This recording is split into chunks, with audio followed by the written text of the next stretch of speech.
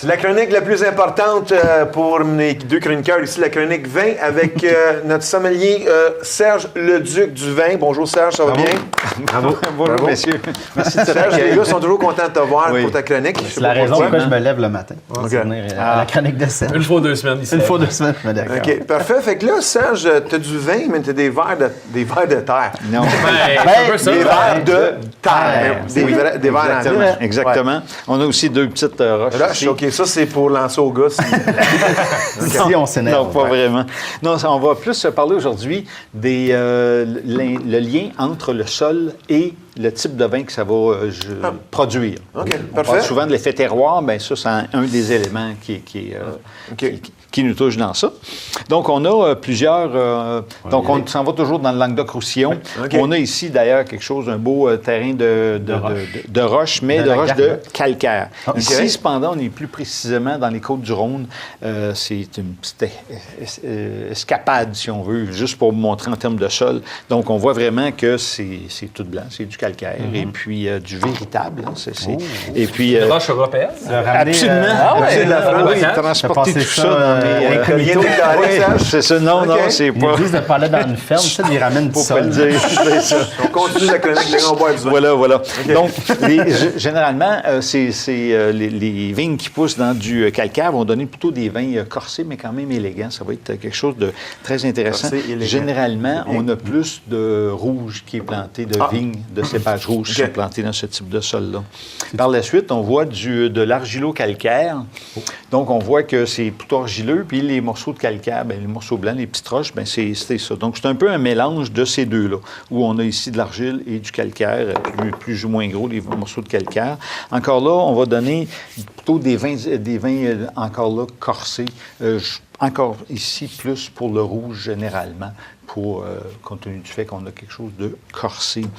Et puis, par la suite, on change. Ici, on est plus simplement pour être précis, il faut dire du siliceux. C'est un assemblage, si on veut, de sable et de gravier, tout simplement. On ne veut pas vraiment de ce type-là ici. Ça va donner, ça, cependant, des vins un peu plus légers, généralement. OK. Autant rouge que blanc. Et puis, on a par la suite du galet roulé. C'est cela. On a un exemple ici. On retourne justement dans les Côtes-du-Rhône. Ça, il y en a beaucoup. C'est des champs complets de ça. Et le vigneron qui me l'a remise, il disait, tu peux en prendre une plus grosse. Mais dans le bagage, c'était moins pratique. C'est On un sait peu... qu'on est en France quand ils disent galet. Des galets roulés. Oui, effectivement. Mais l'idée, c'est la roche. Oui, mais par contre, on en a un petit peu des comme ça.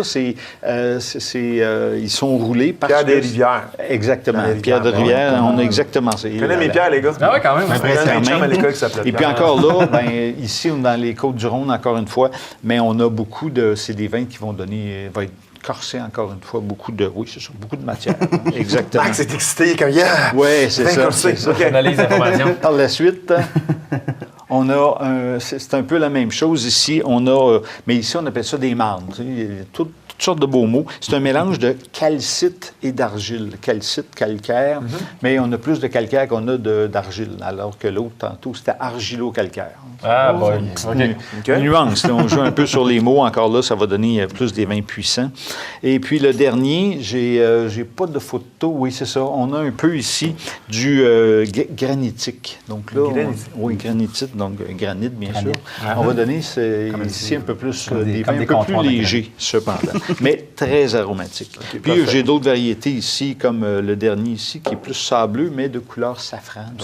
Serge, qu'est-ce que les gars ne savent pas, c'est qu'ils vont boire de la terre. Nous, on va boire de la terre. Oui, non, mais ça, c'est le côté bouffe. Oui, mais ils n'ont pas été fins aujourd'hui, ils n'écoutaient pas. Pas d'argent pour les fromages. Bon, on va passer au vin, Serge, parce qu'il nous reste 2 minutes. Exact. Donc là, si on continue ici, on s'en va chez Gérard Bertrand, au château de l'Hospitalet. Gérard Bertrand, c'est quand même un gros producteur. Il possède 14 domaines dans le Languedoc-Roussillon. d'échantillons à différents endroits.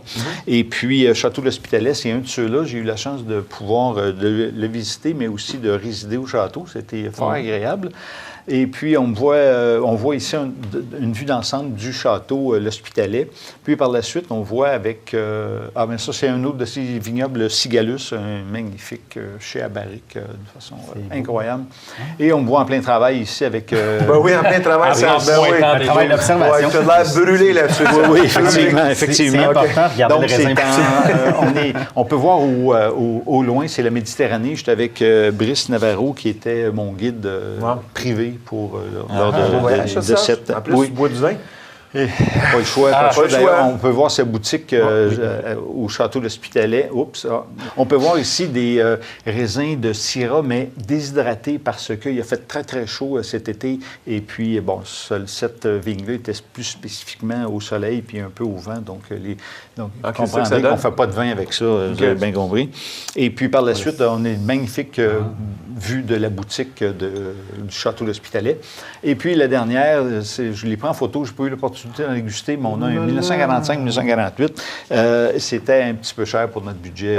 C'est pour ça qu'on va pour ça qu'on déguster. a en bas de 20 En bas de 20 oui, exactement. Côte-des-Roses de Gérard Bertrand, bien sûr. Et puis, ce qui est... vous allez me dire, oui, mais Serge, un rosé au mois de novembre, ça n'a pas grand bon sens. Mais par contre, il faut reconnaître que ce vin-là, c'est plus un vin de repas. Donc ici... Ouais, ça sent pas la terrasse. Non, ça sent pas la terrasse. Hein? Donc, fruits rouges, minéralité, pointe florale, quelque chose de très intéressant, puis en bouche. Moi, je bois mon vin à la tasse, moi. C'est ça. Excusez, les gars. Mais c'est très... c'est minéralité. Donc, mais c'est quel sol, celui-là, comme... on a ici un mélange avec... on a un petit peu de calcaire, c'est argilo-calcaire, ce vignoble-là. Puis on a un assemblage ici de Grenache à 60 Cinsault à 30 et Syrah à 10. Donc, quelque chose en bouche, beaucoup de matière, une belle acidité avec des poissons, fruits de mer. Ça serait vraiment très agréable. Ah oui, OK. Fait que ça peut faire différent en temps de Noël aussi de la dinde. Je n'ai rien contre la dinde. Ah, ben oui. Avec des poissons, fruits de mer, ça peut être un beau petit Est-ce souper. qu'il est difficile à trouver? Oui? Pas du tout. C'est un produit régulier qu'on retrouve à la SAQ. Au prix de 18,35. C'est bien. Et puis, en plus, la bouteille. Option de vitre. Un bouchon de vitre, bouchon de verre. Oui. Effectivement. Puis, le dessous de la bouteille est une rose. Une Côte des Roses. Et en France, ils font, le même vignoble, dis-je, ils font aussi en blanc et en rouge, ce qui fait, ça peut te donner un beau bouquet. Mais enfin, le blanc s'en vient au printemps prochain. Ça fait bien. Merci beaucoup, Serge. Ça fait plaisir. Toujours intéressant. Santé, les gars. Merci. Ça va votre santé. Restez à l'écoute, c'est le mot de la fin avec le gars du 9. Dernière minute, tout le monde.